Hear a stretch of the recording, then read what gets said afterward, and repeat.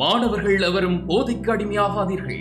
அடிமையானவர்கள் மீண்டதாக சரித்திரமில்லை. எனவே உங்களையும் சமூகத்தையும் பாதுகாத்துக் கொள்ளுங்கள். உங்கள் நலன் கருதி கல்வி டிவி.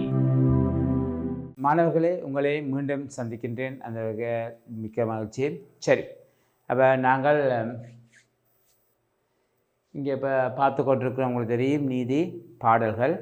இந்த நீதி பாடல்களில் நாங்கள் ஏற்கனவே கடந்த 2 வகுப்புகளில் நாங்கள் பார்த்திருந்த நாங்கள் வெற்றி வேட்கை, மற்றது விவேக சிந்தாமணி, அடுத்தது திரிகடகத்தினுடைய பாடல்களை நாங்கள் மேலோட்டமாக பார்த்திருந்த நாங்கள்.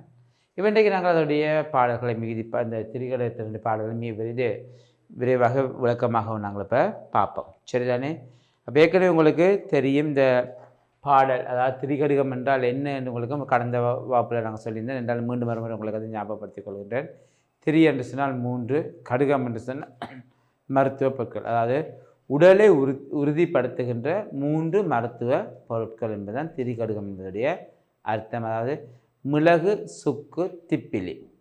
மிளகு, சுக்கு, திப்பிலி, இந்த 3 எப்படி எங்களுக்கு உடலை உறுதி செய்கின்றதோ, உடலை உறுதி செய்கின்றதோ, அதே போல் எங்களுடைய உளநலத்தை உறுதி செய்கின்ற நல்ல 3 கருத்துக்களை ஒவ்வொரு பாடல்களில் சொல்லுகின்ற நூல்தான் இந்த திரிகடுகம். இதனுடைய ஆசிரியர் நல்லாதனார் என்று பார்த்துருந்தாங்க. பார்த்தீங்கன்னா, இது கணக்காயர் இல்லாத ஊரும் பிணக்கருக்கு மூத்தரை இல்லா அவைக்கலனும் பாத்துண்ணும் தன்மை இல்லா அயலிருப்பு இம்மூன்றும் ஒருத்தருக்கு நன்மை பயத்தில என்று சொல்லி நாங்கள் பார்த்திருந்தாங்க. ஒருத்தருக்கு நன்மை பயத்தில என்று சொல்லி பார்த்திருந்தாங்க. ஆகவே ஒருவருக்கு நன்மை பயக்காத விடயங்கள் 3 இதில் தரப்பட்டு இருக்கின்ற அந்த 3 இதை நாங்கள் இங்கே இப்போ பார்க்க போகிறோம். சரிதானே? என்னது ஒருவருக்கு நன்மை தராத இந்த 3 விடயங்களும்: கணக்கு ஆயர் இல்லாத ஊரும் பிணக்கருக்கும் மூத்தோரை இல்லா அவைக்கலனும் பாத்துண்ணும் தன்மை இல்லா அயலிருப்பும் இம்மூன்றும் நன்மை பயத்தில. கணக்காயர் சொன்னால் யார்? ஆசிரியர். கணக்காயர்னா ஓதுவிப்பாளர்கள் ஆசிரியர்னு சொல்லுவோம். கணக்காயர் என்பது யார்? ஆசிரியர்.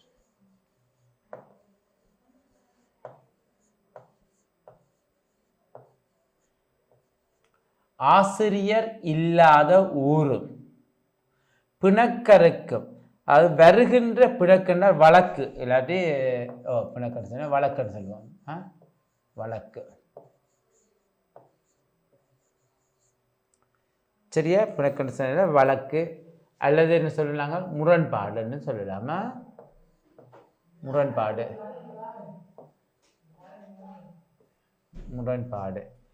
ஆனால் முரண்பாடுகளை தீர்க்க, அதாவது சபை, அது அவை என்றது இங்கே சபையா, அரச சபையா? அவை என்றது என்னது? சபை, அரச சபையா? அதாவது அரச சபைக்கு வருகின்ற வழக்கு அல்லது முரண்பாடுகளை சரியாக அவதானித்து தாம் பெற்ற அனுபவத்தின் வாயிலாக அந்த பிணக்குகளை தீர்த்து வைக்கின்ற அனுபவமிக்க மூத்தோர்கள், முதியவர்கள் இல்லாத அரச சபையும், பாத்துண்ணும் என்று சொன்னால் பகிர்ந்துண்ணும். பாத்துண்ணும் என்று சொன்னால் என்னது? பகிர்ந்துண்ணும்.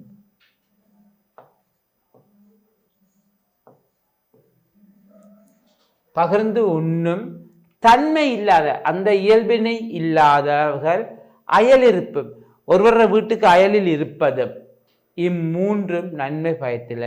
இந்த 3ம் ஒருவருக்கு நன்மை தரப்போவது இல்லை.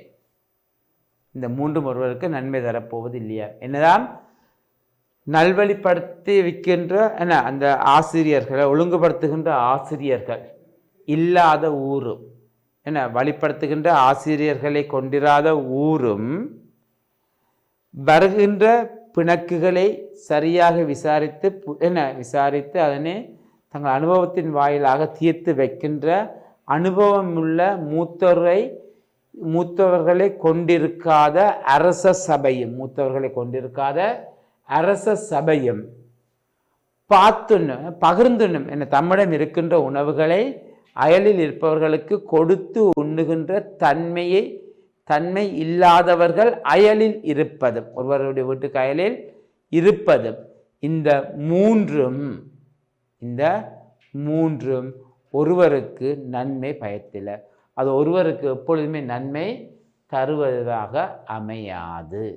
அப்போ ஒருவருக்கு நன்மை தராத விடயங்கள் 3 இங்கே இதில் சொல்லியிருக்கின்றார். பாருங்கள் என்னென்ன: ஆசிரியர்கள் இல்லாத ஊரும், பிணக்குகளை தீர்க்கின்ற அனுபவம் மிக்க மூத்தோர்களை கொண்டிருக்காத அரச சபையும், பகிர்ந்து உண்ணும் தன்மை இல்லாதவர்கள் அயலில் இருப்பதும், இந்த 3 என்ன ஒருவருக்கு நன்மை தரப்போவது இல்லை என்பதை எடுத்து காட்டுகின்றார்.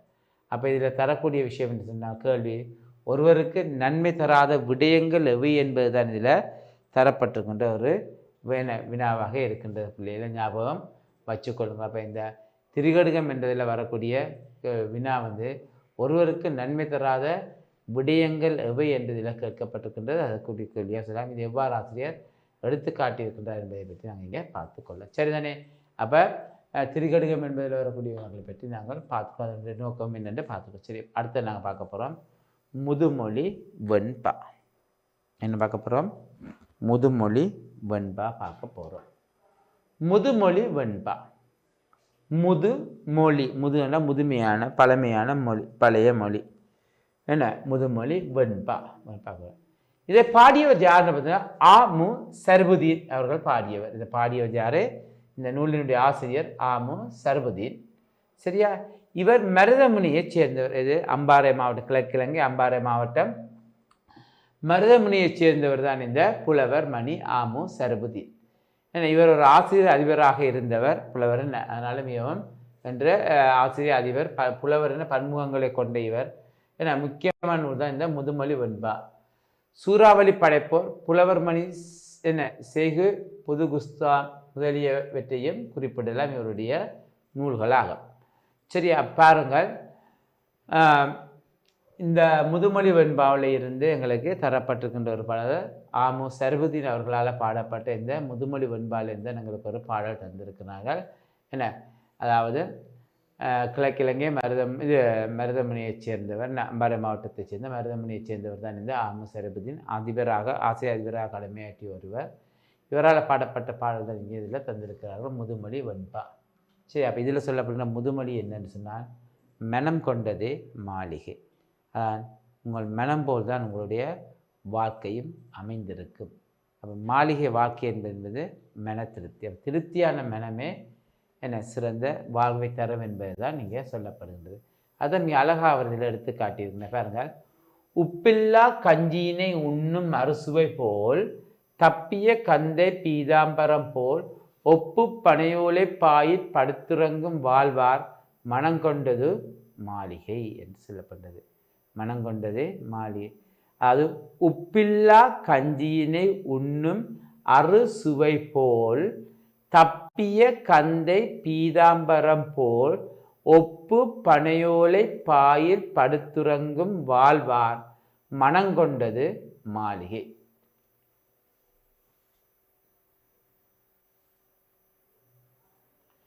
உப்பில்லா கஞ்சி, அதாவது என்ன, உப்பே போடாத கஞ்சி அந்த உணவை அறுசுவையான உணவென விரும்பி உண்பவர்கள் இருக்கின்றார்கள். உண்பவர்களும் தப்பிய கந்தை பீதாம்பரம் என்ன, அதாவது தப்பிய அடித்து துவைத்த, கந்தை பழமையான ஆடையில் என்ன பழைய ஆடையில் கிழிந்த பழைய ஆடையை, பீதாம்பரம் சொன்னால் பட்டாடை. என்னது? பட்டாடை. பீதாம்பரம் என்னது? பட்டாடையை போல அந்த அடித்து துவைத்து கிழிந்த பழமையான அந்த ஆடையை பட்டாடை என நினைத்து அணிந்து மகிழ்பவர்களும், உடுத்து மகிழ்பவர்களும், ஒப்பு பனையோலை பாயில் படுத்துறங்குவது என, பனையோலையால் பின்னப்பட்ட பாய் என்றாலும், பனையோலையால் பின்னப்பட்ட பாய் என்றாலும் அதனை பஞ்சு மெத்து என நினைத்து உறங்குவர்களும் இப்படியும் பலர் இங்கே வாழ்ந்து கொண்டுதான் இருக்கின்றார்கள். ஏனென்றால் மனம் கொண்டதே மாளிகை என்றார். எங்களுடைய மனதான் உண்மையான மாளிகை. அப்போ இப்படி இவற்றெல்லாம் விரும்பி செயற்படுத்துகிறவர்களும் இருக்கின்றார்கள் என்றால் அவர்களுடைய மனம் போல் தான் அவர்களுடைய வாழ்க்கை. அவர்கள் அதை சிறப்பானதாக தங்கள் மனதுக்கு தங்களுக்கு ஏற்றதாக அவர் அதை ஏற்றுக்கொண்டு வாழ்கின்றார்கள். அதனால் அவர்கள் மாளிகையில் வாழ்வதைப் போல் மகிழ்ச்சியாகத்தான் வாழ்கின்றார்கள். ஆகவே எங்களுடைய மனதை போன்று தான் எங்களுடைய வாழ்க்கையும் அமையும் என்பதுதான் இந்த பாடல்களாக சொல்லுகின்றார் அவர்கள். மனம் கொண்டது தான் மாளிகை என்ற முதுமொழி இதில் எடுத்து காட்டப்படுகின்றது.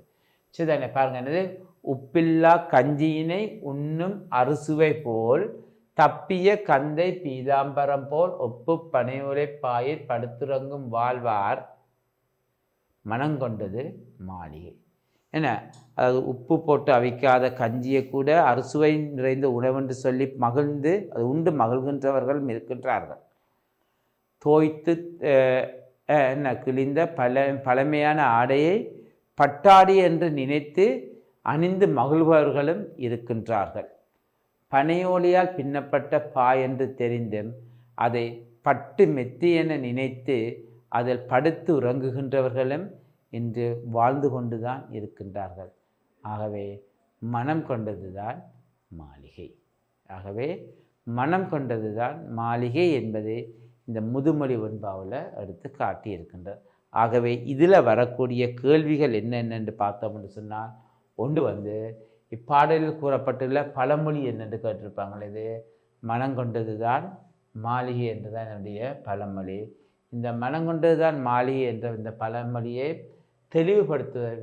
தெளிவுபடுத்துவதை ஆசிரியர் எவ்வாறு கையாண்டுள்ளார் என்பதை, எவ்வாறு மனம் போல்தான் உங்கள் வாழ்க்கை அமையும் என்பதை இப்பாடலூடாக ஆசிரியர் எவ்வாறு எடுத்து காட்டியிருக்கின்றார் என்ற இந்த வினா வரும். அதுக்கு தான் இந்த உப்பில்லா கஞ்சியே அறுசுவை என்று நினைத்து உண்ணுகின்றவர்களும் பழமையான ஆடை தோய்த்துள்ள பழைய ஆடையை பட்டு பீதாம்பரம் என்று சொல்லி அணிந்து பட்டாடை என்று நினைத்து அணிந்து மகிழ்கின்றவர்களும் பனியோலைப்பாயை பஞ்சுமெத்தை என நினைத்து உறங்குகின்றவர்களும் இருக்கின்றார்கள் என்று அவர்கள் மகிழ்ச்சியாக இருக்கின்றார்கள். ஆகவே இதைத்தான் மனங்கொண்டது போல்தான் மனத்தை போலத்தான் மனம் மகிழ்வதை பொறுத்துதான் எங்களுடைய வாழ்வு அமையும் என்பதை மிக அழகாக எடுத்து காட்டியிருக்கின்றார். இந்த பாடலினூடாக தான் மனம் கொண்டது தான் மாளிகை என்ற அந்த பாடலினூடாக ஆசிரியர் எங்களுக்கு எடுத்து காட்டி இருக்கின்றது, நாங்கள் இங்கே காணக்கூடியதாக இருக்கின்றது.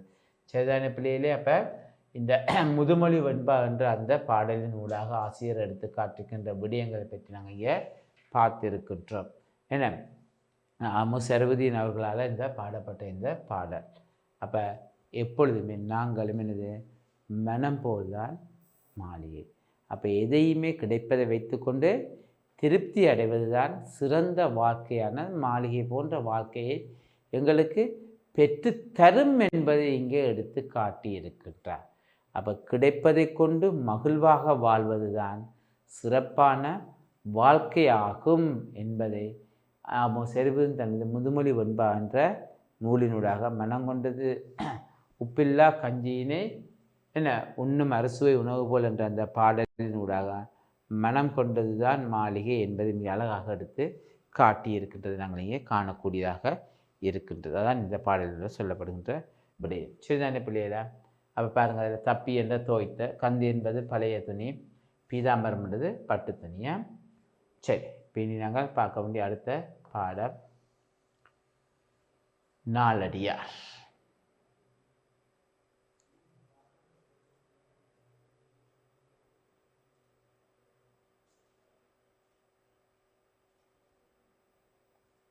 சரி, கவனிங்கள். நாலடியார்.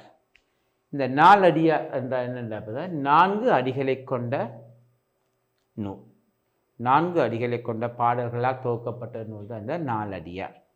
இந்த நாலடியார் என்ற இந்த பாடல் பார்த்தீங்கன்னு சொன்னால், இந்த நூல் இதில் பல புலவர்களால் இயற்றப்பட்ட பாடல்கள் துவக்கப்பட்டிருக்கின்றது. பல புலவர்களால் இயற்றப்பட்ட பாடல்கள் துவக்கப்பட்டிருக்கின்றது. இந்த நூலை தொகுத்தவர் யார் என்று பார்த்தோம்னு சொன்னால் பதுமனார். அவர் தான் இந்த நூலை தொகுத்து, இந்த பாடல்களை எல்லாம் எடுத்து தொகுத்து இந்த பாடல்களுக்கு உரை எழுதி இருக்கின்றார் பதுமனார் அவர்கள். அவர் இந்த பாடல்களை தொகுக்கின்ற போது திருக்குறளைப் போல அறத்துப்பால், பொருட்பால், காமத்துப்பால் என்று சொல்லி 3 இயல்களை கொண்டதாக இந்த நூலை அவர் தொகுத்து இருக்கின்றார்.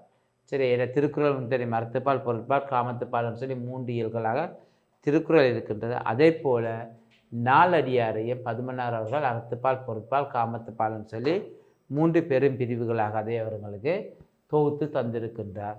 அப்போ அதில் இருந்து நாலடியார் 4 அடிகளை கொண்ட பாடல்களின் தொகுப்பு என்பதை அவர் இதன் மூலமாக எடுத்து காட்டி இருக்கின்றார்.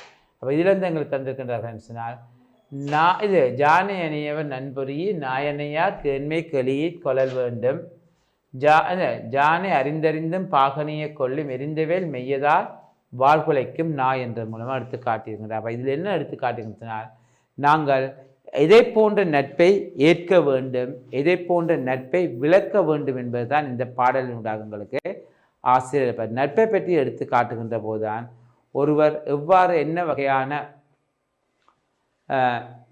நட்பை ஏற்றுக்கொள்ள வேண்டும், எந்த வகையான நட்பை விலக்கி கொள்ள வேண்டும் என்பதை அவர் எடுத்து காட்டி இருக்கின்றார்.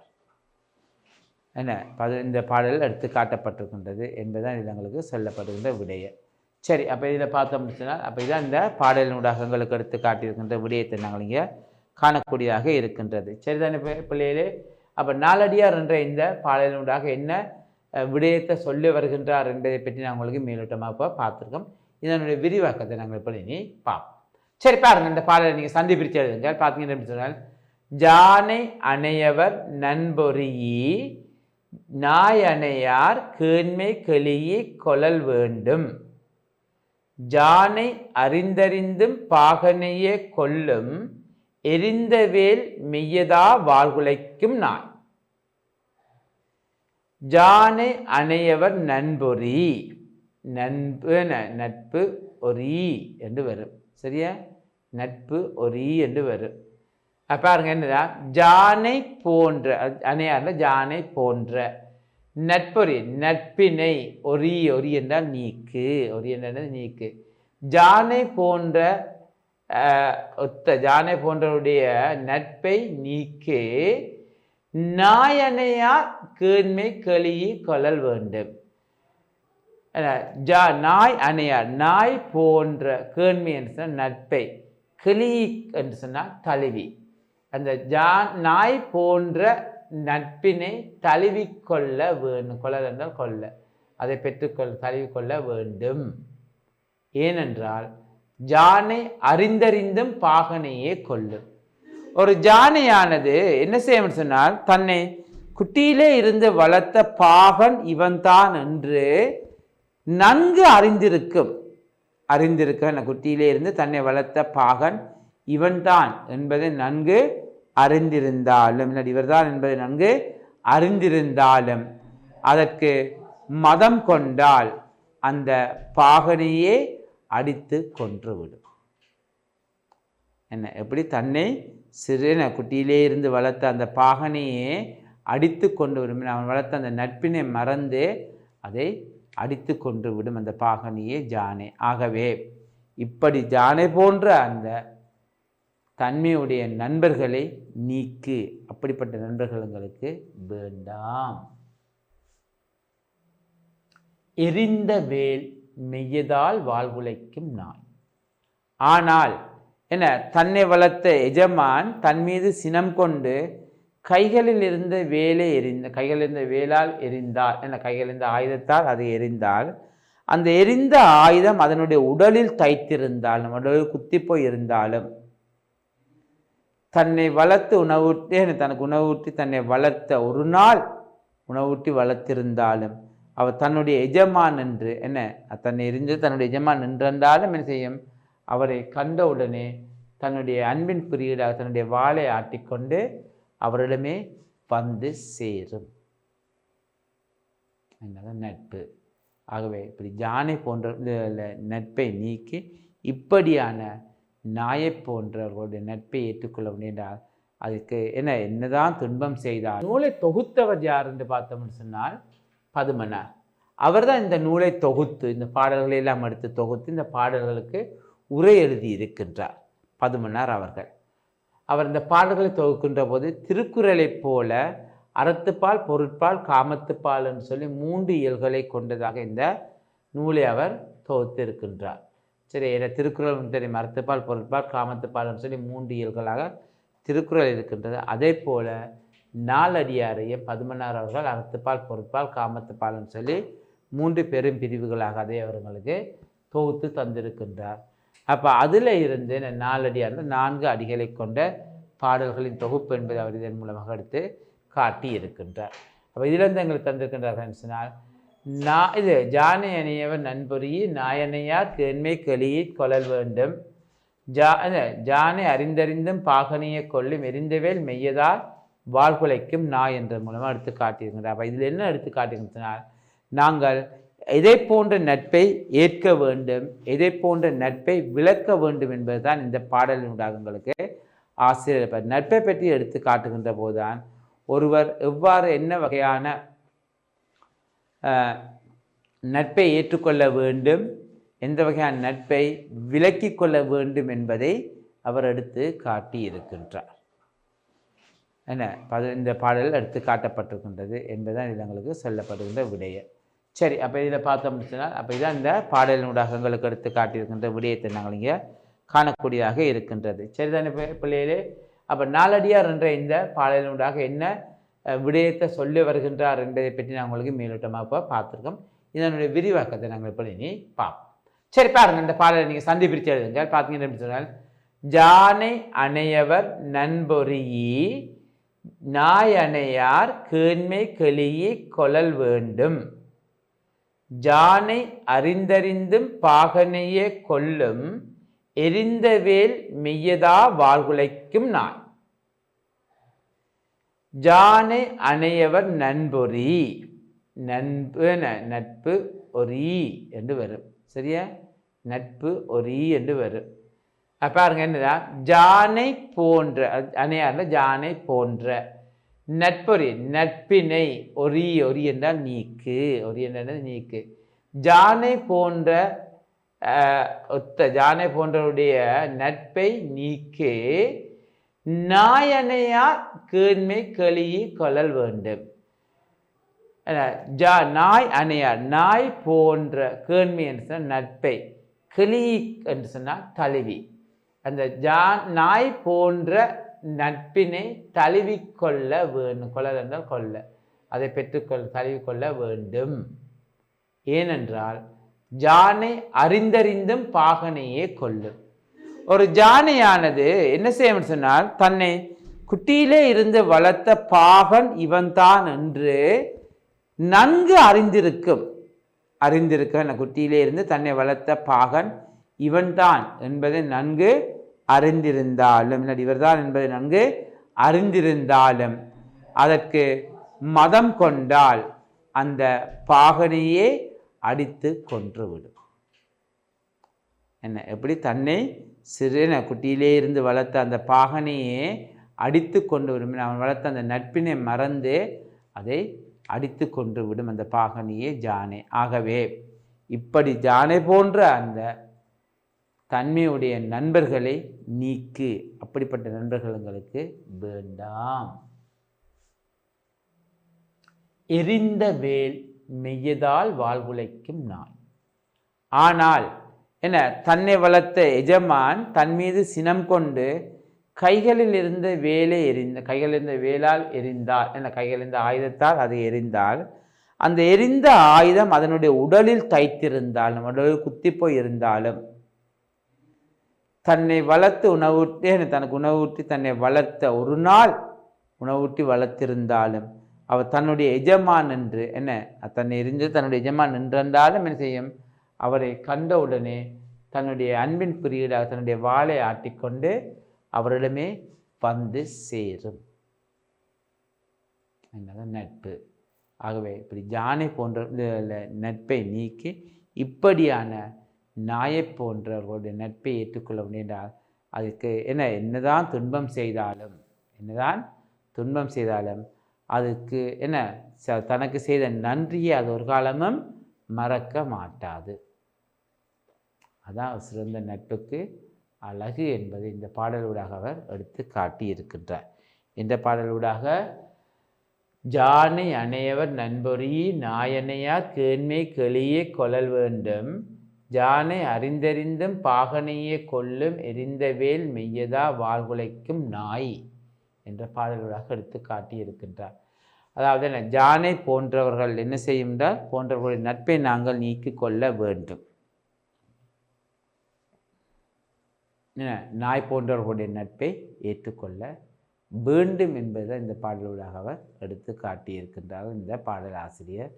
அது பொருள் என்ன விளக்கம் என்னென்று சொல்லியும் பார்த்து நாங்கள் ஒரி என்பது நீக்கு, அணையவர் என்பது போன்ற, கேண்மை என்பது நட்பு, கிளி என்று தழுவி, குலைக்கும் என்பது என்ன வளைத்தாட்டம் இல்லை வளைத்தாட்டம் என்பது சொல்லப்பட்டது. அப்போ இதன் மூலமாக தான் இதில் தரப்பட்டுகின்ற பாடல். அப்போ இதில் வரக்கூடிய கேள்விகள் என்னென்று பார்த்தோம் என்று சொன்னால், ஒன்று ஜார் போன்றவருடைய நட்பை ஏற்க வேண்டும் என்று இதில் சொல்லப்படுகின்றது. அது ஜார் போன்றவருடைய நட்பை நீக்க வேண்டும் என்று சொல்லப்படுகின்றது. என்ன என்று சொல்லப்படுகின்றது தான் இதில் வரக்கூடியதாக இருக்கின்றது. அப்போ அதுக்கு எவ்வாறு எடுத்து காட்டுகின்றார், அதை ஏன் அந்த அப்படிப்பட்ட நட்பை நீக்க வேண்டும், ஏன் அப்படிப்பட்ட நட்பை ஏற்க வேண்டும் என்பதை அவர் எடுத்து காட்டுகின்றார். இந்த உதாரணத்துக்கு ஏன் யாருடைய நட்பை நீக்க வேண்டும் என்று சொல்லி கேட்டால், ஜானை போன்றவர்களுடைய நட்பை நீக்க வேண்டும் என்று சொல்லப்படுகின்றது. ஏன் ஜானியான தன்னை சிறு வயதிலே இருந்து வளர்த்த பாகன் இவந்தார், தன் எஜமான் இவந்தார் என்றதை நன்கு அறிந்திருந்தாலும் அதற்கு மதம் பிடித்து விட்டு அது என்ன செய்யும், தன்னை வளர்த்த பாகனையை அது அடித்து கொன்று விடும். ஆகவே என்ன இப்படிப்பட்ட நட்பு என்ன துரோகம், இது ஒரு துரோகம், என்ன பாகனுக்கு ஜானி செய்கிற துரோகம். ஆக இப்படிப்பட்ட துரோகம் செய்கின்ற நட்பினை உடையவர்களுடைய நட்பை நாங்கள் என்ன செய்ய வேண்டும், நீக்கி கொள்ள வேண்டும். அதை நாங்கள் விலக்கி கொள்ளுமிடமிருந்து விலக்கி கொள்ள வேண்டும். என்ன அதே போல் என்ன நாய் போன்றவர்களுடைய நட்பை தான் ஏற்றுக்கொள்ள வேண்டும் என்று சொல்லுகின்றார். ஏன் ஏற்றுக்கொள்ள வேண்டும் என்பது இங்கே சொல்லுகிறார் என்று சொல்லி நாங்கள் பார்த்தோம் என்று சொன்னால், நாய் என்ன செய்யும் சொன்னால், என்ன தனக்கு உணவூட்டி வளர்த்த எஜமான ஒரு சில நாட்கள் தான் அதை உணவூட்டி வளர்த்திருந்தாலும் என்ன அவர் நாய் மீது தன் மீது கொண்ட கோபத்தினால் அவர் கைகளிலிருந்து எரிந்த ஆயுதம் தன்னுடைய உடலில் தைத்திருந்தாலும். கல்வி டிவியில் புத்தம்புது நிகழ்ச்சிகளை உடனுக்குடன் பார்த்து மகிழ எமது ஃபேஸ்புக் மற்றும் யூடியூப் பக்கத்தை லைக் செய்யுங்கள்.